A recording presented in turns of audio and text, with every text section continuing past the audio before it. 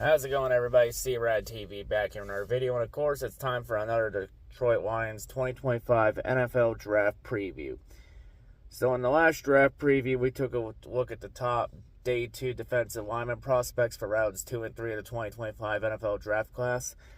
And in this video, we're gonna wrap up the Day 2 portions of the draft previews and take a look at the top Day 2 defensive back and safety prospects for rounds 2 and 3 of the 2025 NFL Draft, since it's a lot more loaded in the Day 2 of the draft, so as always. So yeah, we're going to take a look at some of the top prospects and see which players the Lions should keep an eye on. So yeah, let's go. Starting off with defensive backs, the first one we're going to go over here, hailing out of Notre Dame, standing 6 feet tall, weighing 190 pounds, we got Benjamin Morrison. So for Benjamin's strengths, absolute demon in man-to-man, so sticky, did not draw excessive pass interference penalties. Footwork's impeccable, very quick and choppy, allows him to adjust receiver well. Good speed, general athleticism, run defense work had no issues. Sure tackler, real quick to diagnose where he needed to be to stop the ball. Carrier and take the correct angles. Plays up against the boundary, doesn't give wide receivers room to work. Ideal guy you want playing against big body receivers despite his height.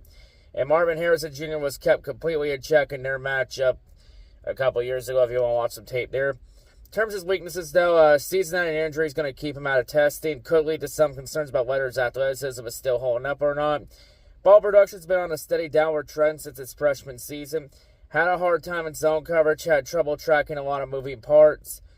Passive on the first step, not quick to engage the receiver physically.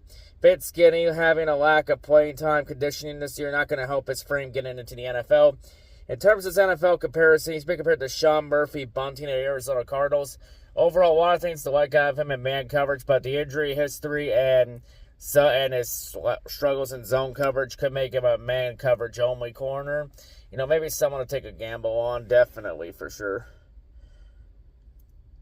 Definitely would be a gamble, that's for sure. So the next player we're going to go over here, hailing out of Kansas State, standing 5'10", weighing 198 pounds, we got Jacob Parrish. So for Jacob's strengths, excellent man technique, big hand fighting, as physical as the best in the Big 12 last year. Good long speed that's able to change gears as he runs down the field. Handles route coverage well, doesn't fall for fakes or double moves, triggers in the run plays well, puts his heart into his reps. He's able to get pass breakups when he's thrown the ball, often avoided because of his sticky coverage abilities. He can keep pace with anyone. In terms of weaknesses, though, his zone skills are a little wonky, doesn't read keys well. Elusive pass catchers can trick him. Too busy following the QB on scrambles to keep with his guide all the time. Footwork needs work, too sloppy. His feet are too still when he's trying to cover guys who flip their hips over the middle. Speaking of which, needs to flip his hips sooner. Doesn't always react quickly to where the ball is. Could be better about ball tackling. Very small, could be slot limited. In terms of his NFL comparison, he's been compared to Dory Jackson of the New York Giants. Overall, a lot of things to like out of his game in man coverage. But, you know, a few things that are a bit wonky in zone coverage. You know, maybe someone to keep an eye on is a slot corner. So our next player we're going to go over here, hailing out of Virginia Tech, standing 6 feet tall, weighing 180 pounds. We got Dorian Strong. So for Dorian's strengths, good combination, length and height to play on the boundary. Great athlete, good speed and explosiveness, who had a recorded 21.36 mile an hour time in the Senior Bowl. Smooth technical player, quick footwork in his back pedal, good time and hand placement when he presses off the line. Smart player with a deep understanding of coverages, good at recognizing when to match and match coverages. Good ball skills to break up passes, catch interceptions. Greatly improved tackling, minimal missed tackles in 2024. In terms of his weaknesses, though, light, thin corner, lacks the ideal mass for the position, limited ceiling as a bump and run corner as he lacks the play strength to effectively jam receivers. Poor tape when he lines on big body receivers, physicality, big ball skills, production may not translate fully against bigger, stronger NFL receivers. He's purely a boundary corner, no slot flexibility, only one season of reliable tackling, mediocre hip fluidity, agility, change of direction. He missed most of 2022 due to a hand injury. In terms of NFL comparison, he's been compared to Samuel Womack III of the Indianapolis Colts. Overall, a lot of things to like out of his game, but he did have the injury history a couple years ago, but it doesn't seem to affect him at all. So I don't think it's the worst thing to happen. You know, definitely could bulk up a little bit, but, you know, someone I think to keep an eye on for sure. So the next player we're going to go over here, hailing out of Kentucky, standing 5'11", weighing 176 pounds. We got Maxwell Harrison. So for Maxwell's strengths, extremely fast, moves vertically like a lightning bolt, keeps pace with any and all receivers, bursts his back pedal, able to quickly slam on the brakes to work against comeback routes, puts his hands out consistently and knock the ball out of receivers' hands. Impressive footwork, it helps carry him down the route and make sure he walks into man coverage. Knows his zones, can break quickly to cover a guy who changes his routes. Takes solid angles, can stay into play, works hard to get tackles and assist and cleanup. In terms of his weaknesses, though, he's built like a rail. Will have a difficult time defending physical receivers or even playing on the boundary at all. He's beat a potential slot-only guy that makes him about the amount of teams willing to draft him shrink. He's hard to trust in run defenses as well. Too often, he's focused on the QB to notice the ball has been handed off. He loses the leverage battle by crumbling on first contact. He's not great in the press game. Jam is weak. Receivers are able to continue to track for a route without much trouble. Tackling form is pretty rough. Lack of requisite strength makes it difficult for him to bring guys down. In terms of his NFL comparison, he's been compared to Chris Abrams, straight of the Denver Broncos. Overall, a lot of things to like out of Maxwell's game, but a lot of things he needs to clean up on. Maybe someone to keep an eye on for slot. So the next player we're going to go over here, hailing out of Iowa State, standing 6'2", weighing 197 pounds, we got Darian Porter. So in terms of Darian's strengths, long, lengthy quarter, 33-plus inch arms, has good, quick hips, fluidly for a big corner. Good ball skills, can utilize his length well to break up passes. Had elite speed, explosive athlete who hit better than 22 miles an hour during the Senior Bowl as a gunner. Smart player, communicates pre-snap, identifies run pass well. Veteran special teamer, nearly 1,000 career total snaps on kick punt returns, kick punt coverage, field goal blocks. No major injuries of note. In terms of his weaknesses, though, he's old by NFL prospect standards with minimal starting experience as a non-special teamer. He's currently 24. He'll turn 25 by the end of his rookie year. Had technical errors that pressed due to lack of starting experience. Extremely poor run defender. Gets hung up on blocks. Takes poor angles. Struggles to wrap up consistently. Poor recovery ability due to lack of agility. Change of direction. Purely a boundary corner with no slot flexibility. In terms of his NFL comparison, he's been compared to Ahkello Witherspoon of the Los Angeles Rams. Overall, a lot of things to like out of his game, And has special team experience, too, for kick and punt returns. So if all else fails, maybe someone to keep an eye on for special teams to return the ball. So the next player we're going to go over here, hailing out of East Carolina, standing 6'2", weighing 188 pounds. We got Shavon Ravel Jr. So in terms of Shavon's strengths, lengthy, tall corner, good speed, explosiveness, agility, has hip fluidity for a tall, well-built corner. Inside, outside versatility, major blitzing threat out of the slot. High motor player, plays of physicality when he tackles. Physical, big enough to cover tight ends effectively. Potentially has the ability to play safety due to his size and physicality. Good special teamer who projects a high-end gunner and blocked 2 kicks in 2023. In terms of his weaknesses, though, he's a technically raw corner. Needs time before he can start. Poor back pedal footwork, zone IQ, press technique, tendency to open up his hips too quickly despite having the speed to keep up receivers. Older player still needs time before he can start. Poor match zone player, needs to improve his reads. Only 1 full season in the starting role. He had injury concerns with an ACL injury in 2024. He's also been listed as a player that could disappoint in this draft class because even though he had the size and athleticism to draw attention from scouts even after he tore his ACL in September, he was already behind the curve for technique and lacking a year of tape that won't help his cause. In terms of his NFL comparison, he's been compared to Sion McCollum of the Tampa Bay Buccaneers. Overall, a lot of things to like out of his game. Has some versatility for special teams too, but that injury history put him behind the 8 ball in terms of where he's ranked on there. Definitely would be a gamble, that's for sure. So the next player we're going to go over here, hailed out of Florida State, standing 6'2", weighing 190 pounds. We got Azare Thomas. Yeah, that's a last name. That first name's a bit of a tongue twister. But for Azare, he's your prototype run support corner, so very good in the run game because he's a big physical corner, makes up for his lack of quick twitch and imposing style. Enough traits and temperaments to be one of the best tackling corners in the NFL. In terms of strengths, big, lengthy corner, great play strength, good hit fluidity, extremely physical play style with an edge. Flashes high-end, jamming, mobility, and press man coverage, has great physicality at the catch point. High effort tackler, emphasizes being a part of the run game. Smooth mover, clean, quick footwork in his back pedal. Experienced special teamer, snaps on kick, punt, return, kick, punt coverage, field goal blocks, clean injury history to note. In terms of his weaknesses, though, below average athlete in terms of agility, change of direction, speed. Poor recovery ability, mediocre deep speed limits. His ceiling as a corner prospect. Inexperienced player has technical errors with placing and timing his hands in press coverage. Lacks the high-end speed seen in the best bump and run corners. Needs improvement in off-man zone match coverage. Poor run defender tendency to choose poor pursuit angles. Wraps up high, can get stuck on blocks. In terms of his NFL comparison, he's been compared to Jalen Watson of the Kansas City Chiefs. Overall, quite a bit to like out of his game. A few things he's got to clean up, but has that versatility for special teamers. So, someone maybe to keep an eye on for special teams. So the next player we're going to go over here, hailing out of Nebraska, standing 6 feet tall, weighing 202 pounds, we got Tommy Hill. So for Tommy Hill's strengths, high quality feel for zone coverage, understands where to go in a space to make plays, explosive downhill mover and run support, length outclasses most receivers in the class so far, really quick back pedal, general good footwork and coverage, handsy physical, but makes a good effort to track the ball to avoid penalties. Good long speed, good nose for the ball, tracks the pass downfield well, able to make consistent plays on pass when in range, gets his body in the right spot in coverage, able to maintain leverage throughout the play, good at getting himself in the right position to get in completions.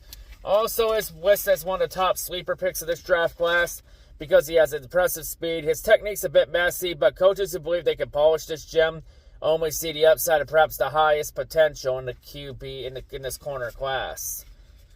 In terms of his weaknesses, though, he could be used a quicker trigger on closing in. Mediocre route recognition and results in him sometimes being out of play. Pretty consistently plays too far back on receivers. Relies too much on recovery to make plays. Way too aggressive attack or desperately needs to wrap up instead of diving. He don't love the agility on this guy. Bit stiff. Needs to pick a player to cover on. Switches quicker. Feels a tick behind the play at any point during misdirection, not because he's tricked, but because he's not making a choice. He had a few rough Senior Bowl practices that could show lack of NFL talent.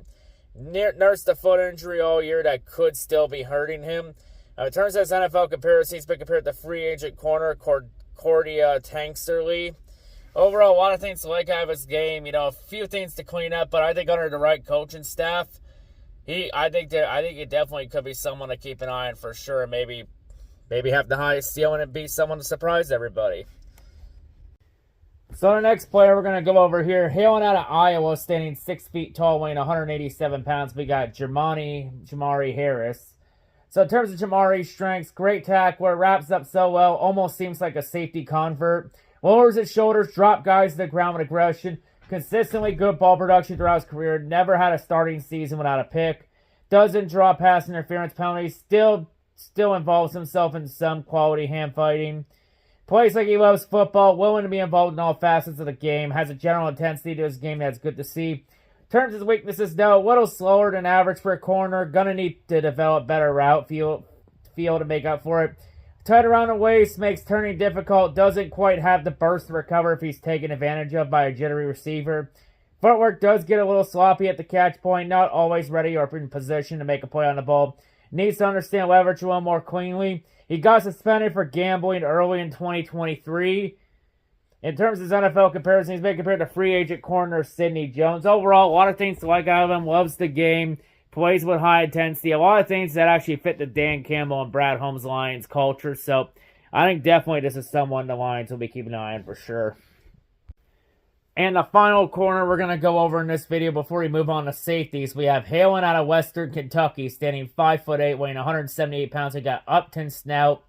So for Upton strengths, great athlete, high-end explosiveness and speed, extremely quick, fluid mover, great hit fluidity, smart player, very good in zone and match coverage, great run defending corner, tackles well, doesn't miss, great at run fits when he's aligned in the slot, seen snaps all across the secondary, could play safety or boundary corner in case of injury.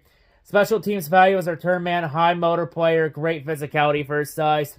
Terms his weaknesses, extremely small, light corner, likely a pure slot assignment in the NFL. His size creates issues with play strength when he faces big receivers. Could have issues when he's asked to cover tight ends. Potential concerns, it wraps up running backs to his limited size. Multiple nagging injuries bothered him throughout the season.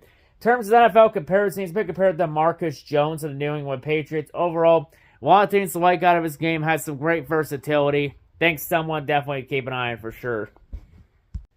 Now moving on to safeties. The first one we're going to go over here, hailing out of Penn State, standing 6'2", weighing 208 pounds. We got Kevin Winston Jr. So for Kevin, he's your prototype read and react safety. So he's very good at reading and reacting to play because returning from a knee injury to end this 2024 season, immediate returns might be light with him, but he was Penn State's leader in tackles 2 years ago. Has the instincts to thrive until he returns to full health. In terms of strengths, good frame, uses it well, can make explosive moments on the field. Aggressive tendencies made him effective at dealing with college rushing attacks. Receives good grades in terms of tackling efficiency, has not many opportunities passed without him making a play. That's something that translates to pass coverage as well because he's strong enough to disrupt receivers at a potential point of reception. Has good length, has realized how beneficial it is to maximize that. In terms of his weaknesses, though, might need more strength when it comes to the contending with bullish ball carriers. Depending on the team he lands with, could require more mass on his frame. There are questions about how effective he'll be moving backwards to defend it downfield against pro-level speed. Natural aggressive, prone to want more move forward attack. Can be too grabby in coverage. He'll take an assertive approach even against bigger receivers or tight ends, which that can work against him in the NFL. In terms of his NFL comparison, he's been compared to Jabril Peppers in the New England Patriots. Overall, a lot of things to like out of Kevin's game. Does a lot of things right. Very aggressive. Can read and react to play. Definitely, I think, someone to keep an eye on for sure. So the next safety we're going to go over here. Hailing out of Notre Dame, standing 6 feet tall, weighing 203 pounds. We got Xavier Watts. So for Xavier, he's your prototype closing and recovery safety. He's very good at closing and recovering on the play because credit his conversion from safety for his knack of beating the ball and receiver to the spot. In terms of his strengths, range draws attention. He went more than 500 snaps without being directly responsible for allowing the touchdown catch. Can cover territory, has a good knack of working in concert with others in the secondary. So term ball hockey, it often comes up in his descriptions. He showed good instincts as a blitzer and adding the pass rushes and durability has been a plus. In terms of his weaknesses, though, some evaluators, they want to caution his level of experience because he was on the defensive side for 2 seasons. He put plenty of quality reps on film since the start of 2023, and he could be tested in one-on-one situations. He didn't face many top receivers during the 2024 season in college. In terms of his NFL comparison, he's been compared to Harrison Smith and the Minnesota Vikings. So overall, a lot of things to like out of his game. A lot of positives to take here. I think he's someone that could be only because he maybe even reach his peak yet. But what I say is if you do become the next Harrison Smith, be Harrison, but at the same time, don't be Harrison as long as he's with the Vikings, if you all catch my drift. But I still think someone to keep an eye on for sure. And Xavier Watts. And the final safety, the final player in the secondary, the final player we're going to go over in this video, we have hailing out of Ohio State, standing 6'1", weighing 210 pounds. We got Lathan Ransom. So for Lathan's strengths, use his size well in the secondary. There's a willingness to be a big factor in defending against the run. Instincts to track the ball are comparable to valued linebackers. Tackling's highly rated in part because he's impactful when he delivers hits. He'll be able to overpower many opponents, won't back away from physical challenges. Should match up well against tight ends. In terms of his weaknesses, though, he can have shaky moments in pass coverage. Commitment to the back end will be assessed heavily because his profile shows that about 25% of the time with Ohio State, he was making plays closer to the line of scrimmage or in the box. And he could get caught out of position because of his tendencies to pursue ball carriers. His athleticism allowed him to make up for some missteps on the college level, but those won't be covered up as easily against NFL receivers. Most appealing part of his profile tends to be about run support, and that might not be something all teams want to hear. In terms of his NFL comparison, he's been compared to Antoine Winfield Jr. of the Tampa Bay Buccaneers. So overall, a lot of things to like out of his game. Does a lot of things right. Maybe I think someone to keep an eye on here for sure. And now I'll wrap it up for this Detroit Lions 2025 NFL Draft Preview. And that wraps up the Day 2 portions of the Draft Preview. So overall, quite a few interesting players to keep an eye on in terms of defensive backs and secondaries. Definitely some potential here for sure. Not only just for certain situations like box safeties or slot corners or all of that, but also some guys that could have some versatility on special teams. to return kicks or return punts or all that good stuff.